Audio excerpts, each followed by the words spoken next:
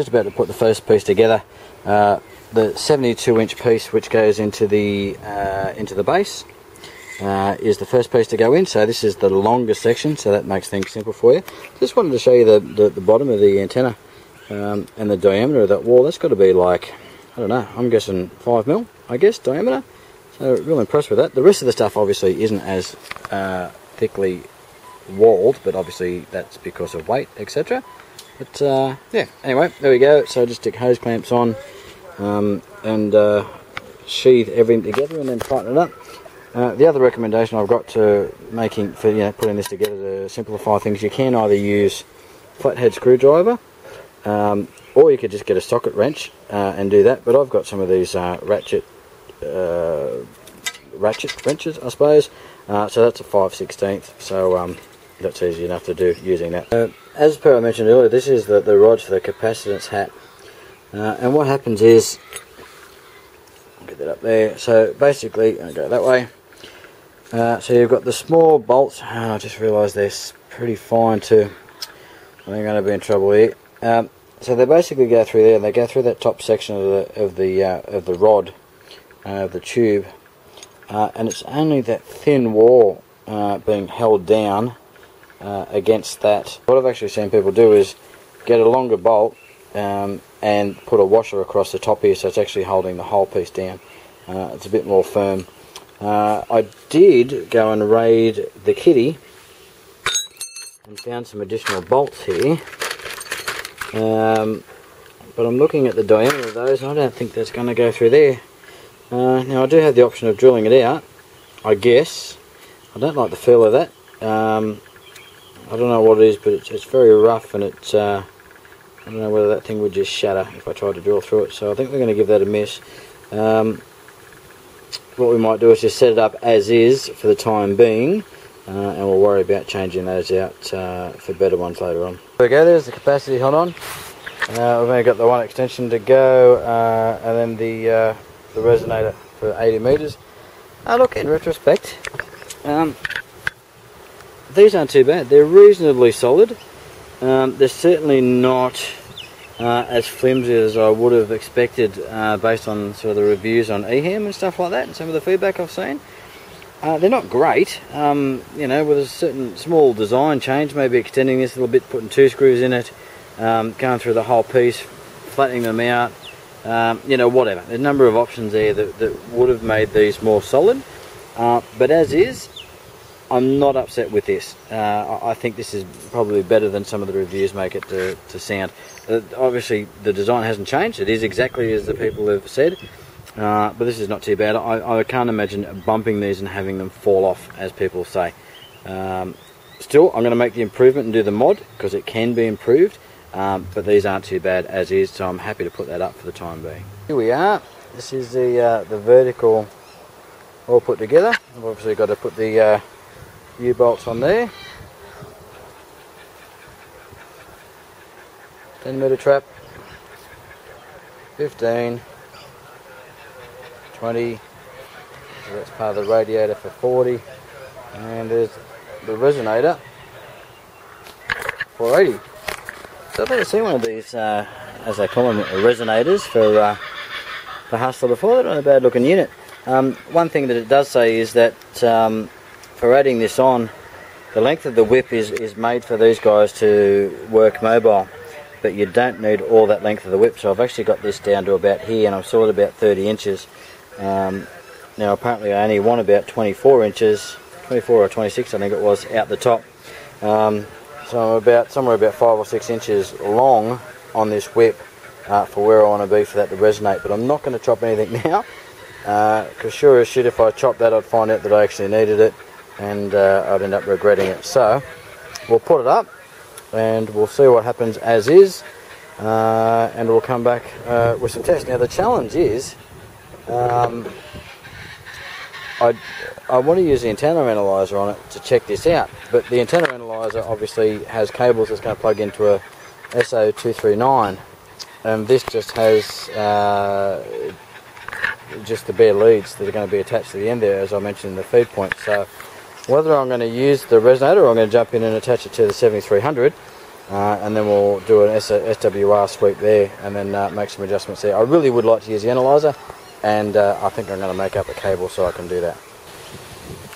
Because I think you can see that. I think you can see the movement in those trees over the back. We're getting quite a bit of wind here. That's going to be a little bit protected there with that tree, so hopefully that'll be okay.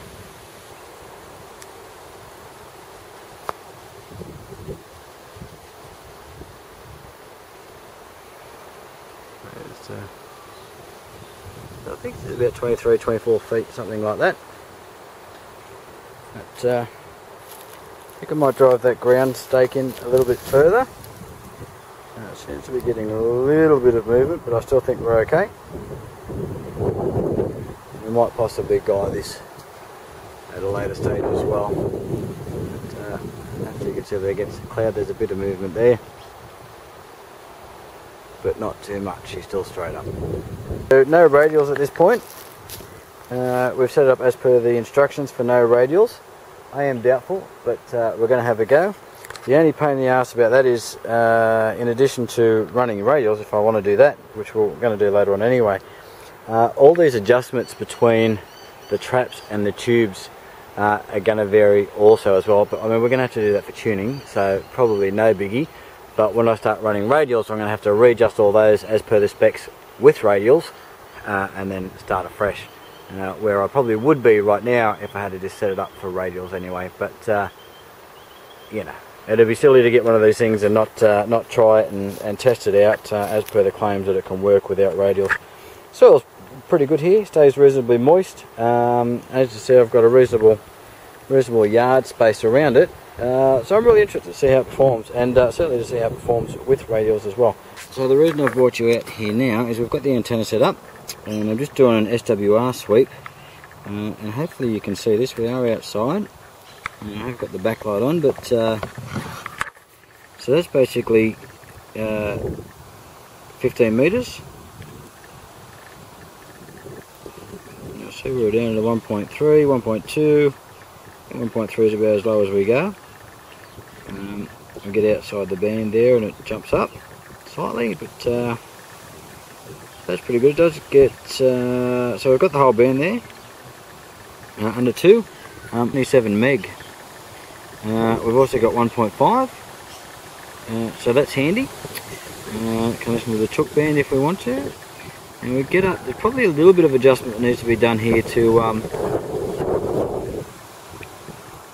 10, but that's the bottom of the band, 1.6. Where I probably want it to be lowest is somewhere around there, 21,500, but we're still at 1.9. 21.7 we hit a 2. And then sort of for that top part there. So I'm going to centre that a little bit more. So I guess we'll shorten that 10 metre just a little bit and see whether we can make a difference there. Because I'd like to be able to cover, I guess, somewhere around about 24, 25, 26, and then have the FM portion, which is around about 29.6 for us here in Australia. It's a little bit a little bit lower than that, but that's still tunable, obviously, for the internal tuner of the 7300. Now here we are with 20 metres. It's coming down nicely.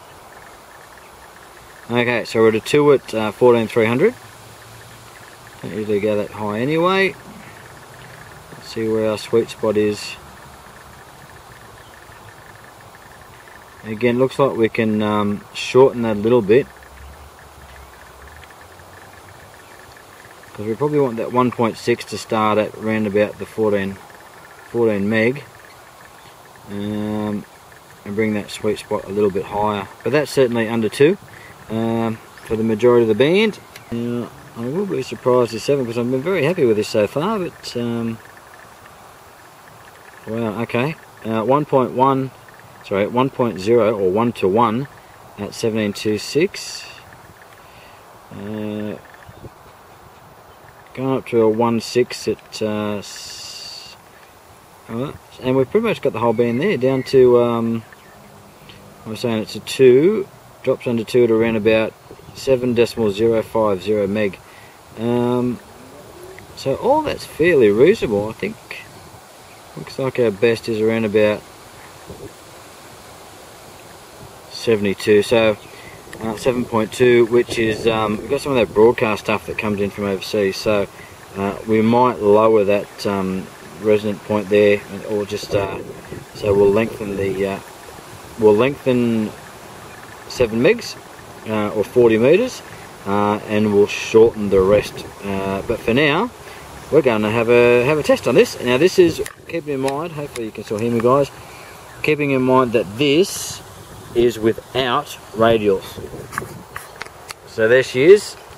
No radials. Now I've really just connected the coax straight to it, to the feed point. So there's no water protection.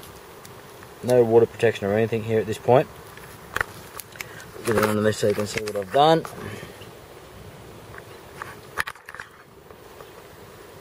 So I've just connected straight to those screws, etc. And the bolts. Hopefully you can see that, and we're focusing a little bit. We're just connected straight to those with the coax. I just wanted to test it basically and tune it first before I do anything a bit more permanent, start soldering stuff. So there we go. Now there's not going to be a choke on this. I am going to make an ugly balun, or an ugly choke, air choke, whatever you want to call it, and put that on. So I've got a length of coax there which is connected at the moment, but at the moment it's not wound into a coil. So let's see what happens.